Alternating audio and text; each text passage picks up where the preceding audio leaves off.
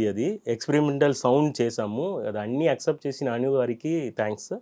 తర్వాత జానర్స్ కూడా slow rock అని కంట్రీస్ ఉంటాయి. మీరు ఏమిటో లిస్ట్ చూస్తే slow rock, mellow rock, Afro, అంటే మేబీ ఇది మ్యూజిక్ టర్మినాలజీ కాబట్టి అంత తెలియదు, టెక్నికల్ ఇన్ఫర్మేషన్ తెలియడం అవసరం లేదు. ఆడియన్స్ కి మనసుకి నచ్చుతుందా పాట, మనసు కొన్ని పాటలు వినగా నచ్చుతాయి.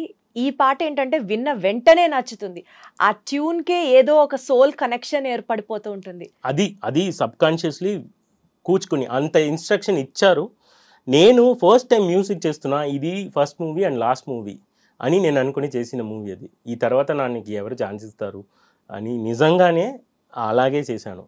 అలా చేసినప్పుడు ఒక మూవీ నేను చేస్తున్నా, అది బాగుందా లేదా తెలవట్లేదు, అక్సెప్ట్ చేయలేకపోతే లేదు కదా. So I want to put heart and soul పెట్టి చేసిన మూవీ అది.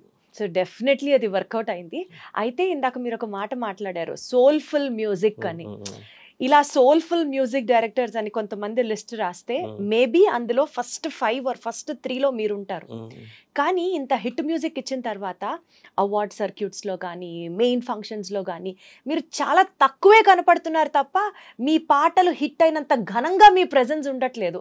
దానికి ఏదైనా రీజన్ ఉందా? లైక్ 1 రాధన్ గారికి ఇష్టం లేదు, 2 ఆయనని కొంచెం చిన్న చూపు చూస్తున్నారా? ఇలా అడిగితే ఏం సమాధానం చెప్తారు? చిన్న చూపు కాదు, కానీ పిలవలేదు. అంత సింపుల్ గా చెప్పేస్తారా? అంతే, పిలవలేదు. సినిమా సూపర్ హిట్ అయ్యి మీకు అంత పబ్లిసిటీ వచ్చిన తర్వాత మిమ్మల్ని ఎందుకు పిలవకుండా ఉంటారు? సినిమా హిట్ అయిందే మీ వల్ల. ఒక రకంగా చెప్పాలంటే అందాల రాక్షసికి ఎంత పేరు వచ్చిందో ఈ ఒక్క పాట 10 రెట్లు ఎక్కువ అయిపోయింది ఆ సినిమా కన్నా. మరి మిమ్మల్ని పిలవకుండా అందాల రాక్షసిలో పిలవలేదని చెప్పలేదు.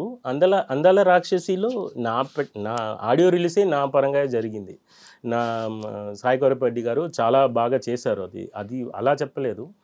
సమ్ మూవీస్లో ఆఫ్టర్ దాట్ నేను చేసిన మూవీస్లో ఏదో ఈ పాట ఈరోజు రిలీజ్ అని మెసేజ్ వస్తుంది.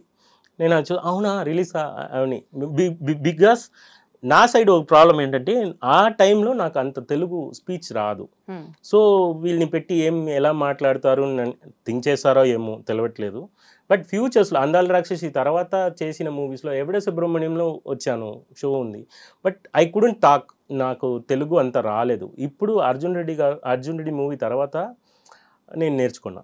యాక్చువల్లీ అర్జున్ రెడ్డి తర్వాత మీరు తెలుగు మాట్లాడడం నేర్చుకున్నారు? అవును, అప్పటి వరకు నాకు తెలుగు మాట్లాడితే అర్థమవుతుంది, కానీ నేను మళ్ళీ మాట్లాడడానికి నాకు తెలియదు. సాక్షాత్తు అంటే మీరు మ్యూజిక్ ఇస్తే ఆ మ్యూజిక్ ని ఎంజాయ్ చెయ్యని వాళ్ళు నాకు తెలిసి ఎవరు ఉండరు. అసలు వాళ్ళకి అప్పుడు సౌండ్ సరిగ్గా వినిపిస్తోందా అన్న డౌట్ వస్తుంది ఎవరైనా కామెంట్ చేస్తే. సాక్షాత్తు మెగాస్టార్ లాంటి వారే మిమ్మల్ని అప్రిషియేట్ చేసి మీకు కాంప్లిమెంట్స్ ఇచ్చారు. కంటిన్యూస్గా ఒక 2 నిమిషాలు మీ గురించి అనర్గళంగా మాట్లాడారు ఆయన. అది నాకు అది దేవుడు ఇచ్చిన గిఫ్ట్.